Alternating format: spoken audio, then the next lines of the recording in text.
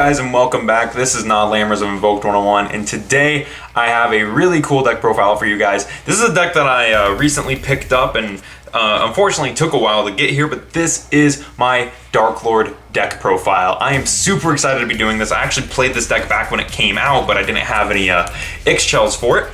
But recently, over the course of a week, actually last week, I put in an order for a lot of the stuff that was missing, traded for a lot of the stuff that was missing, and a lot of it showed up. Unfortunately, there was a little bit of a story time with one of the cards and some of the cards, so... but without further ado, I'm just going to mention, I do have a Patreon in the description. If you donate to it, you can get access to the Discord server that I have for the channel. You can get a mat, a custom Invoked 101 mat, and then there's a whole bunch of other stuff that you can do through the Discord. So if you want to check that out and also support me in getting new equipment and getting new cards, then go ahead and back me on Patreon. That's how I was able to get this nice lamp that you see lighting up all the cards in the videos going forward. So anyways, without further ado, I'm going to set the spells and traps aside, and we're going to talk about the Darklord monsters themselves. So Darklords are all dark fairy, and they a lot of them share an effect. But we're going to start with the level, I think she's level 10, Darklord Ix-Chel, probably the most important one, and unfortunately one of the ones who took the longest to get here. She actually held up the video from going up, which is why there's a big gap. But her effect is that you can discard this card and one Darklord card, and then draw 2 cards. Then her other effect is a quick effect, which is shared by a lot of the Darklords, and I'll just, after I read it to you, I'll just call it the Darklord effect. And that is a quick effect to target a Darklord spell or trap in the graveyard, apply its effect, and then shuffle it back into the deck. And then you can only special summon her once per turn, and then you can only use her effect once per turn. So you can only use each Ix-Chel effect once per turn, and you can only special summon Ix-Chel once per turn. And that you can only special summon them once per turn is also a clause shared by a lot of the Darklords. So when we move on to the next Darklord, who is Darklord Tetzicoplia, which is he's honestly my favorite because he's Aztec themed or Mayan and whatnot. I love him. His effect is that if a Darklord monster you control would be destroyed by battle or card effect, you can discard this card instead. And then you can only special summon him once per turn, and he has the Darklord effect. So, very cool card. Honestly, one of my favorites. He has 2,800 attack, so pretty beefy, and he's one of the newer Darklords as well from Destiny Soldiers, much like Ix-Chel. So, I'm gonna slide these ones back, and we'll talk about some of the older ones because I'm going down by level. So this one's level 9, and then we'll talk about the 5 level 8s that I run. So the first one is Darklord Zerato, and when it comes to the level 8 Darklords, you really do have a pick of the litter for level 8 Darklords because you have Zerato, you have Eda Ere, and then you have Osmodius, and then you have Superbia as well. So realistically, you're picking between Zerato, Eda Ere, and Osmodius, and I went with Zerato because you can special summon him, unlike Osmodius, and Eda Ere just doesn't have a very good effect. So, but Zerato's effect, he has an effect that lets you tribute summon him easier, but you're never really using it. You're just going to be special summoning him anyway. But his other effect is that you can discard a dark monster and blow up your, I think it's, you destroy all monsters your opponent controls. Destroy all monsters your opponent controls, and then, but if you activate that effect in the end phase, you must destroy Zerato, which isn't too big of a deal because you can still swing with him. So if you blow up the board and then hit them for 28, chances are you honestly have another card on the field, so you'll be fine. And that other card could potentially be a Darklord Superbia, and Superbia is a pretty simple one. Unfortunately, I'll talk about it a little bit more in just a second. It's Superbia's effect is when this card is special summoned from the graveyard, you can target one fairy monster in your graveyard except Superbia and special summon that target. Unfortunately, he says when, not if. So if you are going to special summon him from the graveyard, you don't want to use the Darklord copy effect, and I'll talk about that when I get to that card. But yeah, because he'll miss timing. So you want to summon him with the card exactly, not the copy effect that the Darklords have.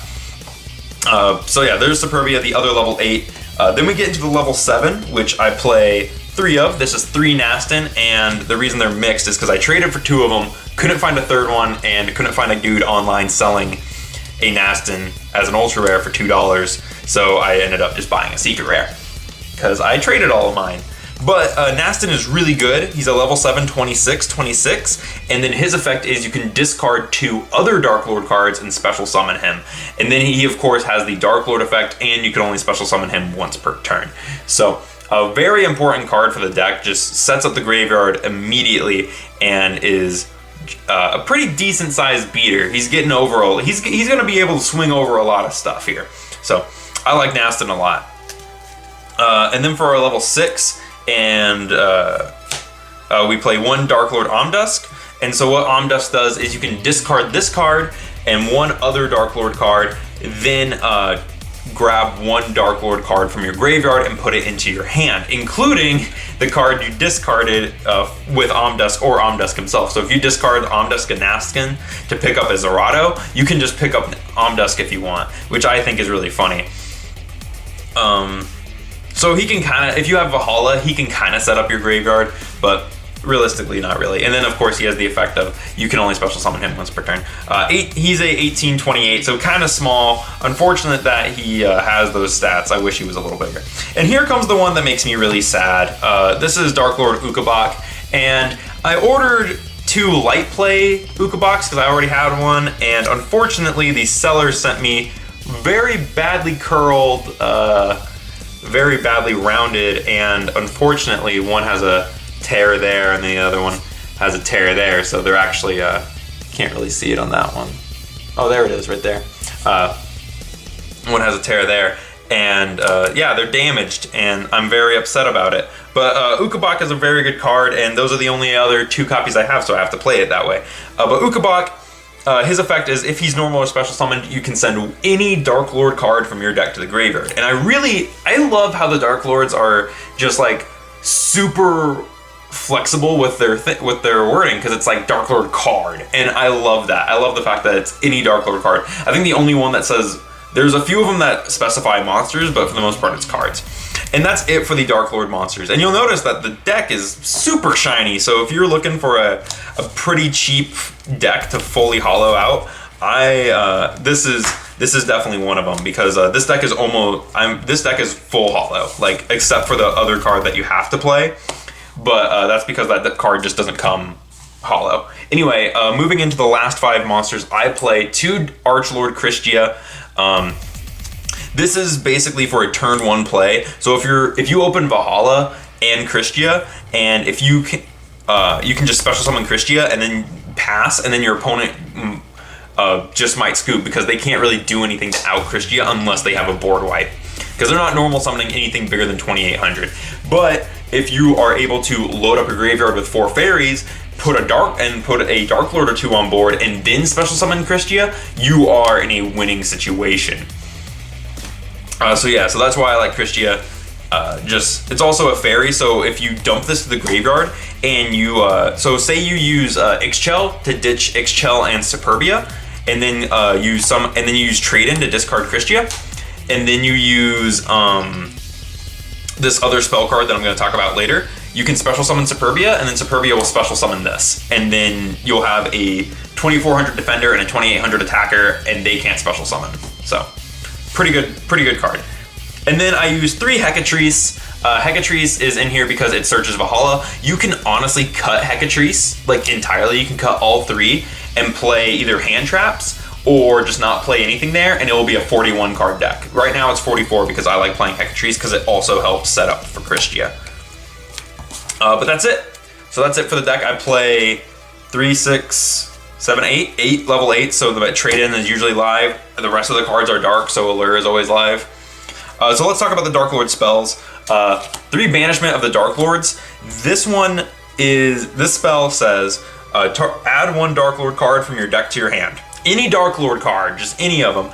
And then you can only activate 1 per turn, but if you use the copy effect, you can effectively use it twice and shuffle it back into the deck.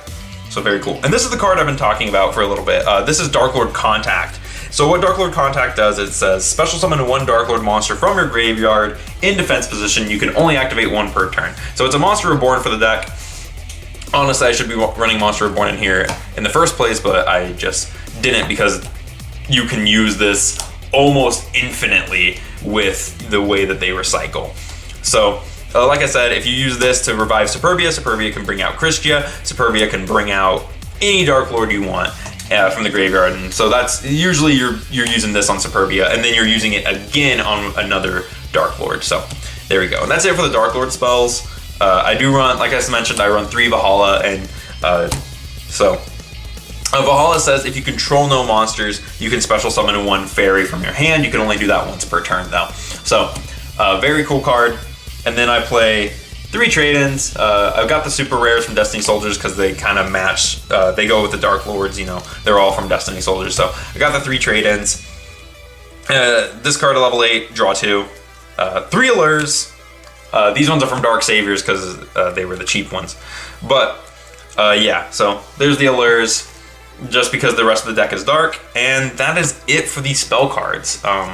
I like the spell lineup. This deck loves to draw. You can actually play Pot of Desires in this if you want to and draw even more. But right now I have Trade-In, which draws, Allure, which draws, and Ixchel that draws. And I didn't really feel like getting Pot of Desires to play in this deck. So for the traps, I do run a pretty decent sized trap lineup. 3 Darklord Rebellion.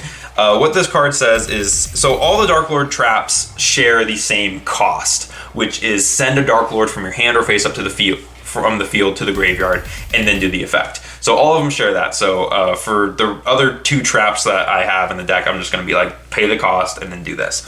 So, and this one says, destroy 1 card on the field. You can only activate 1 per turn. Just pop anything. I love that. That's awesome. The other one that's pretty amazing is Darklord Enchantment. So you pay the cost, and then you take control of a face-up monster your opponent controls until the end phase. It can still attack. It can still inflict battle damage. It can do anything that you want it to. I love Enchantment, and I honestly think about bumping it up by 1 a lot. But at the same time, I like Rebellion. I think Rebellion is just a little bit better than this one because this one's not always super live. Because I don't run an extra deck yet. I'm waiting for February for that Pot of Indulgence to replace the Desires. And then lastly, for the last Darklord trap, I run 2 Sanctified Darklord. Sanctified is kind of an infinite impermanence. So what it does is you pay the cost, and then does it target? Pay the cost.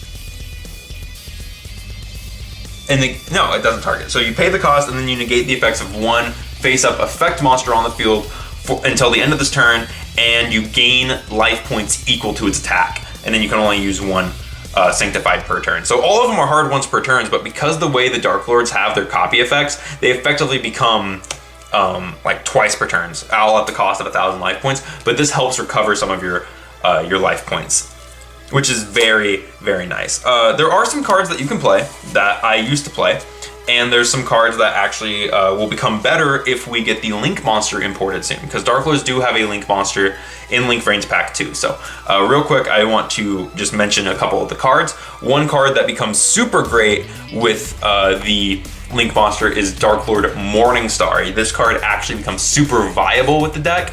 What he does is when he's normal summoned, you get to special summon Darklords from your deck equal to the amount your opponent controls. So this is a card that if you want to play it, you can. It's realistically a one of, even with the Link monster. It's just because the Link monster lets you use fairies from your graveyard as tributes, and this deck doesn't have to normal summon for a while on turn 1, usually up until this guy. So that's just what I've noticed. You can play a third Christia if you want. I find that 2 is fine, but if you really need that third one, you can. And you can also play 3 Tetzicoplia. He is a big beater, and he does protect your stuff from destruction, so I could understand wanting to play 3.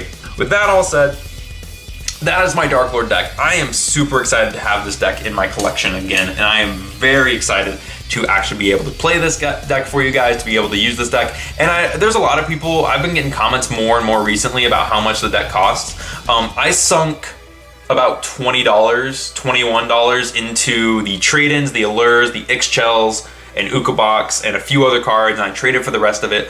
But all in all, I would consider this deck probably in the $30 to $40 range without an extra deck. So if you want to just build this one that I have right here, you're probably looking at $30, $35, $40. So I know a lot of people have been asking about that lately with the deck prices, so there you go.